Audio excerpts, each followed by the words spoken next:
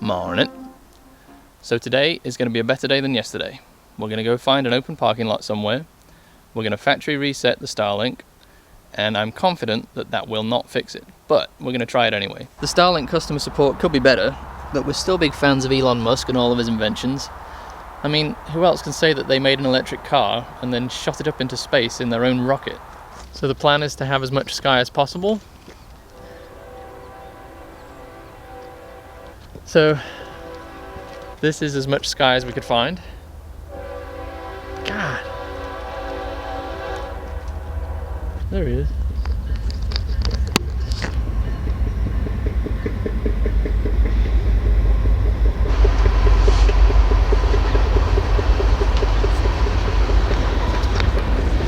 Noisy bugger. I've temporarily run the cable to the Starlink, threaded it inside. I have temporarily plugged it into the router, and I'm going to turn it on. There is Uno, like Uno. I remember when I... So we waited at least half an hour and no luck. So we're just gonna have to get used to not having internet for a while. We're gonna submit the ticket to Starlink and just start the process going to try and get a new unit. So everything's back the way it should be, and we're gonna get some lunch, and then we're gonna start heading south towards Mount Rainier National Park. So we're getting McDonald's for lunch, the usual. But we've also got these, collector's edition.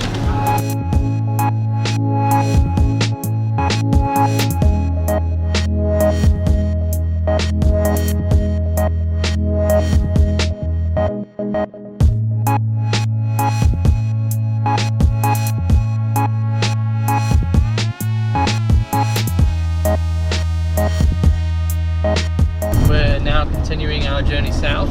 We should be just west of Mount Rainier by the end of the day. It's about a 2-hour drive. It's getting late as well, it's 6 p.m, but the roads are quiet. But before we get on the interstate, I need to find fuel somewhere. The diesel has been around $4.60 in this area, and I know I can find it cheaper than that. I'm hoping to find it for around $4 a gallon.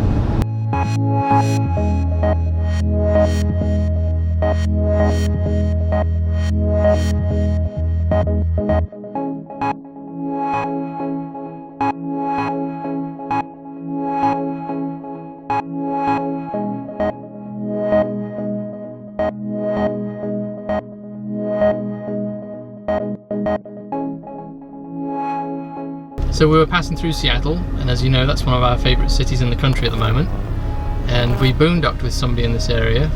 You may know her from previous episodes, such as Please Don't Leave Me. Her name is Pat.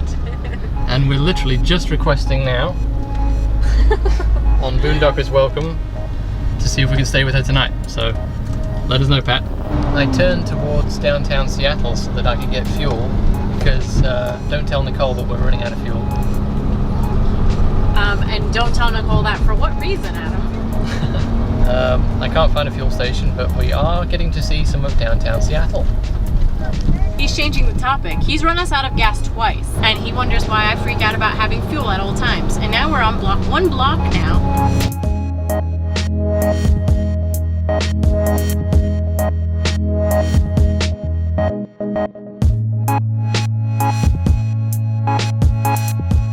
Right toward 15th Avenue West East, then turn right onto 15th Avenue West East.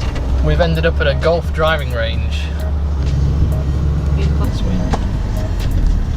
Turn right onto 15th Avenue West.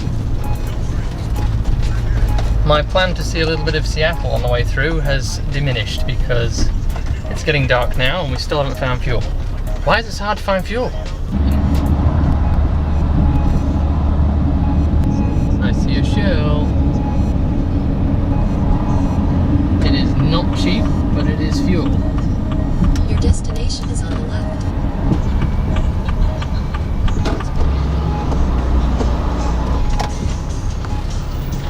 Crisis averted. You haven't put the fuel in yet. Well, I'm not filling it up. That is not the price I wanted to pay. I said I wanted to pay $4 a gallon, not almost $5. $40.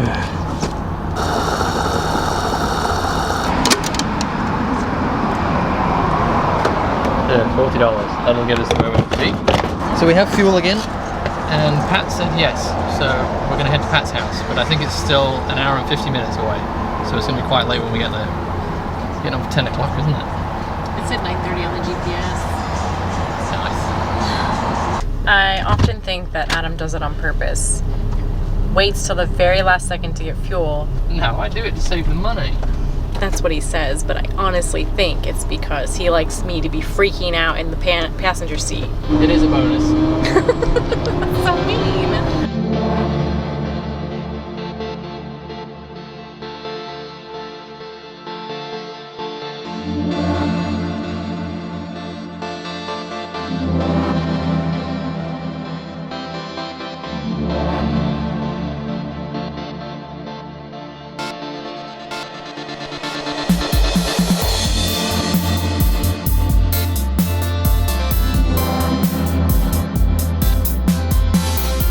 On the upside, we get to see Seattle at night, and big cities are often quite cool at night, actually. It smells really good here.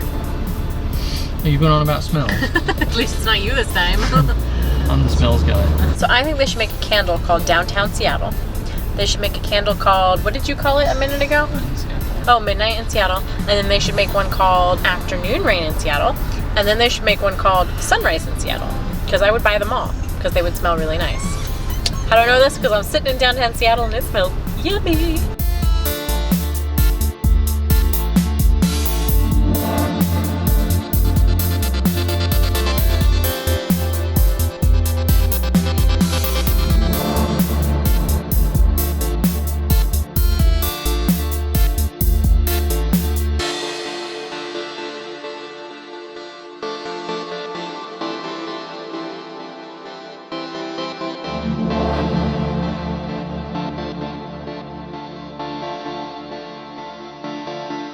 Guess what I found? More fuel and cheaper. Less than $4. That's my kind of price. Now I don't understand why these guys can sell it for a whole $1 cheaper than it is in Seattle. But that's made my whole night. Dinner's on me.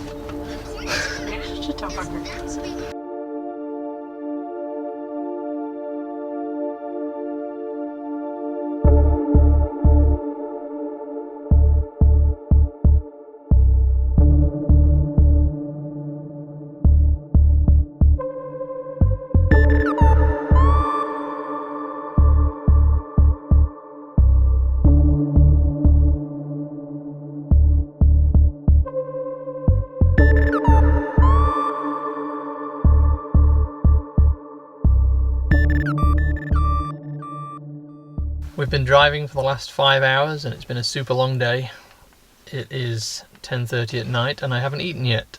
I was going to tell you guys that we've had an update on the Tesla, but I'm going to leave it till tomorrow morning because I'm too tired. So tune in tomorrow to find out what our update was. It's not amazing news, but it's something. So we'll see you tomorrow. Good night.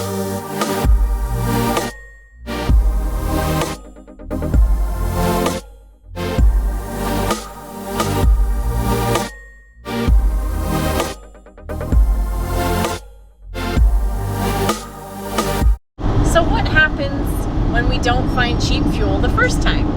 Let me tell you. The first time we get it expensive. The second time we get it cheap, and then spend the next 20 minutes calculating how much we saved. And when I say we, I mean you. I saved $15.50. Luckily for you, you didn't have to sit and listen to it for the last 20 minutes. Because we've talked about it now for 20 minutes. Yeah, that's true. I talked about it for 20 minutes. So that was a gas buying session with Adam and Nicole. And just in case anyone was wondering what the kids do while we sit and chat about fuel. Say hello.